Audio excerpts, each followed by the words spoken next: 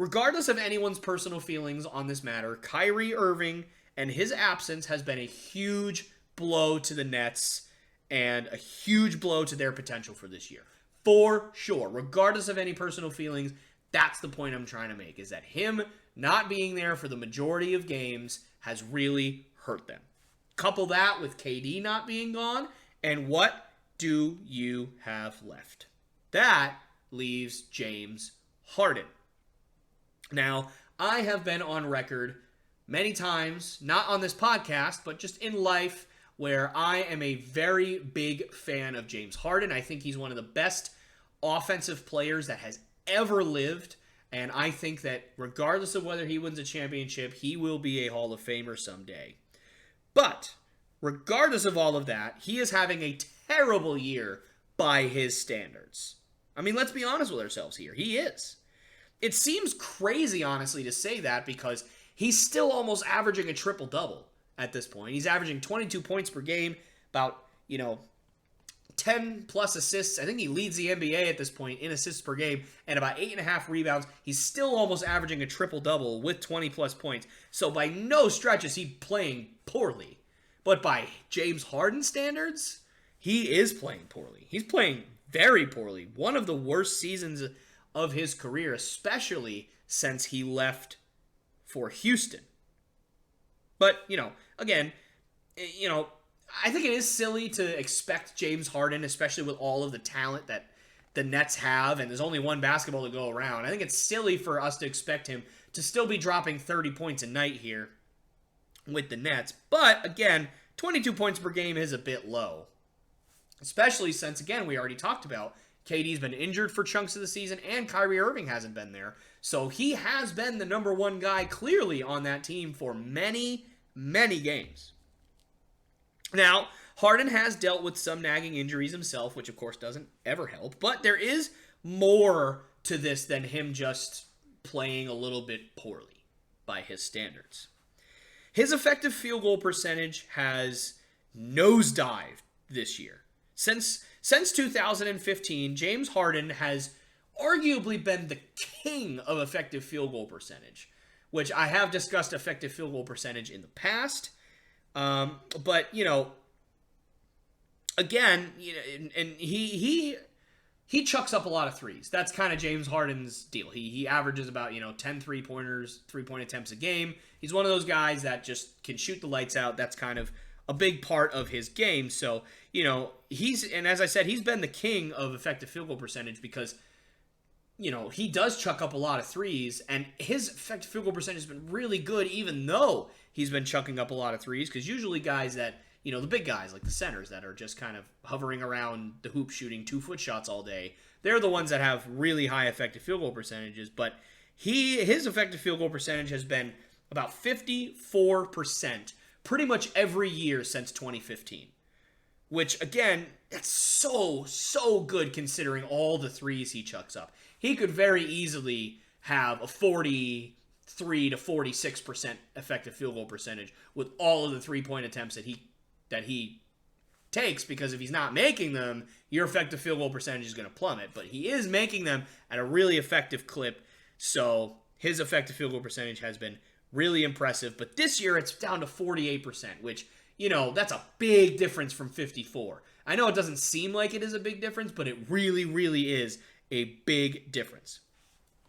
He's also been the king of free throws. I mean, James Harden gets to the line so often. It's almost comical how often he would get to the line. It's almost like, the Rockets would have the ball on offense, and you pretty much knew that either James Harden was going to shoot a three or he was going to get to the free throw line. That's pretty much what you expected out of that offense.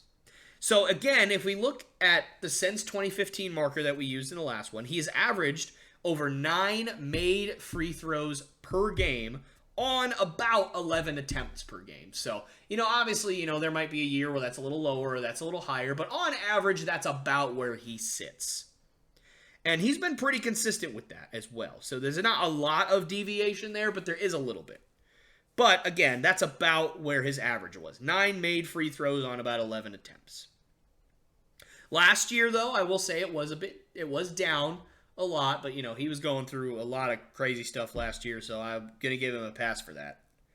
it is in this year, it's been about 7 made free throws on only 8 attempts. Now, 7 compared to 9 and, 8 compared to 11, that might not seem like it's that big of a drop. And it's not that big a drop, really. But for James Harden, who's been the king of free throws, it's not like him to be shooting free throws that not often, I guess, is what I'm trying to get at. So why is this happening? Is it age? Is it James Harden taking a step back, talent-wise? I don't think so. I mean, there has been some talk about his weight and him being a little bit more out of shape these last couple of years. But I don't think it's age. I mean, he's still putting up almost a triple-double on the season. A 22-point triple-double on the season almost. That's his average. So if it is age, then, I mean, I'd be shocked, but I just don't think so. And because that also coupled with he's keeping most of his career averages the same. Like I said, with assists, rebounds, but also steals, blocks, and turnovers. So it's not like, he's turning the ball over more or he's, playing worse defense than he was. I mean, he's a pretty not that great of a defender anyway, so it's not, not like he could play much worse. There have, also been a couple of clips of him just not really trying on defense. That's kind of one of his calling cards. He doesn't try a lot on defense. He can play defense when he's, when he tries at it, but, he doesn't really try at it. That's a problem. But nonetheless, he has kept all or most of his career averages about the same. So, maybe it's him just settling for bad shots this year as compared to, the previous few years, which honestly would make sense considering he's had to kind of makeshift the offense without Kevin Durant and Kyrie Irving. So that's maybe a possibility. His field goal and three-point percentage have dropped, but I still don't think that tells the full story because his three-point attempts are actually down and his drive average is actually right about the same as it's been over the last few years. So it's not like he's, taking contested mid-range shots a lot more often than he was. He's actually, taking three-pointers a little bit less and driving about the same or a little bit more. So, I don't think it's that either. I believe all of this, or at least a lot of this, maybe not all of it, but a lot of this it stems from the rule changes that the league has implemented this year. And I don't think it's being talked about nearly enough. So I kind of wanted to talk about it a little bit here. So during this past offseason, the NBA changed the rules so that more offensive fouls are going to be called for shooters that use their body in order to draw fouls by doing things like kicking out their legs when they're shooting, using their off arm to kind of, hook defenders behind them or on the side or anything to kind of free themselves up. And arguably, most importantly, leaning into a defender after a pump fake when the defender gets caught jumping in the air trying to block the shot.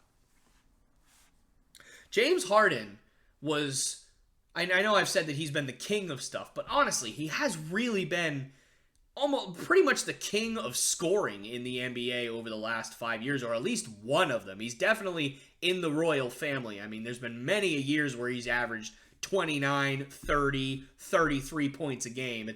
He's had an unbelievable run.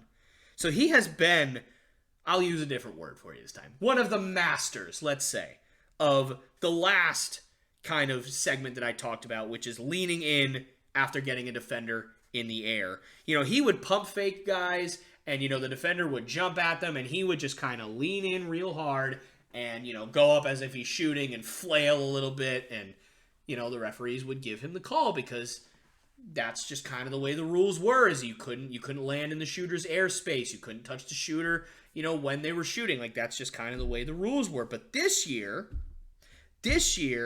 now, they've changed the rules so that it's an offensive foul.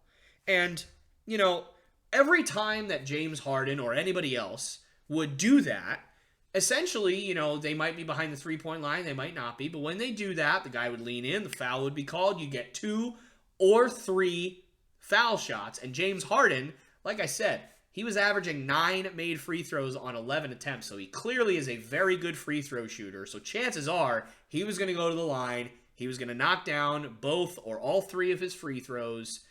And he was going to get an easy 2 to 3 points out of that every time. And it was easy. And if you do that, even just twice a game, let's just say twice a game that happens. Something like that happens. Or any of the other things that I talked about in terms of the rule change happened. Twice a game. That is an extra 3 to 4 points at least. That's not including, if both of them are 3-pointers or if you do it more often during a specific game. But that's an easy, probably 4 points for James Harden just off of that move alone. Now that, if you compare that to his scoring output this year, which is about 22 points a game, that takes you, if you assume that it's 4 points, that takes you from 22 points a night to 26 points a night, right there, just off of that alone. But since that weapon has now been taken out of James Harden's arsenal because of the rule changes, his season is now suffering for it. And, it's not just James Harden. He's not the only, it's not like this is called the James Harden rule or anything like that, although there's an argument that it should be. But, there's other players like CJ McCollum and Bradley Beal, guys that also kind of utilize that to their advantage that are also suffering this year. Their stats are taking a nosedive. Bradley Beal was averaging 30 points a night last year, and this year I think he's only averaging about 21, maybe 22 points a night, just like Harden is. Harden is not the only one that is suffering, and their seasons are suffering because of these rule changes. Now, you couple that with, maybe 1 or 2 more missed shots in a game. Because again, like I said, James Harden is shooting a little bit more poorly this year on 3-pointers and on just regular 2-pointers. You couple that with the rule changes, and you're covered. That's your 8 points right there, honestly. Hey guys, me again. I just want to say thank you so much for checking out the Lopes Goes Last podcast. It means the world to me that you decided to stick all the way to the end. That's super cool. So thank you again. And if you really, really like what you see, I'd love for you to subscribe, like the video, and share it with all your family and friends because, this is my passion project. This is what I love to do, and I really want the sucker to grow. And the only way that can happen is through you guys, is if you guys can help me out. So again, if you like what you saw, please subscribe, like the video, share it with all your friends and family. That's the only way this is going to grow. And yeah, I'll see you guys next time.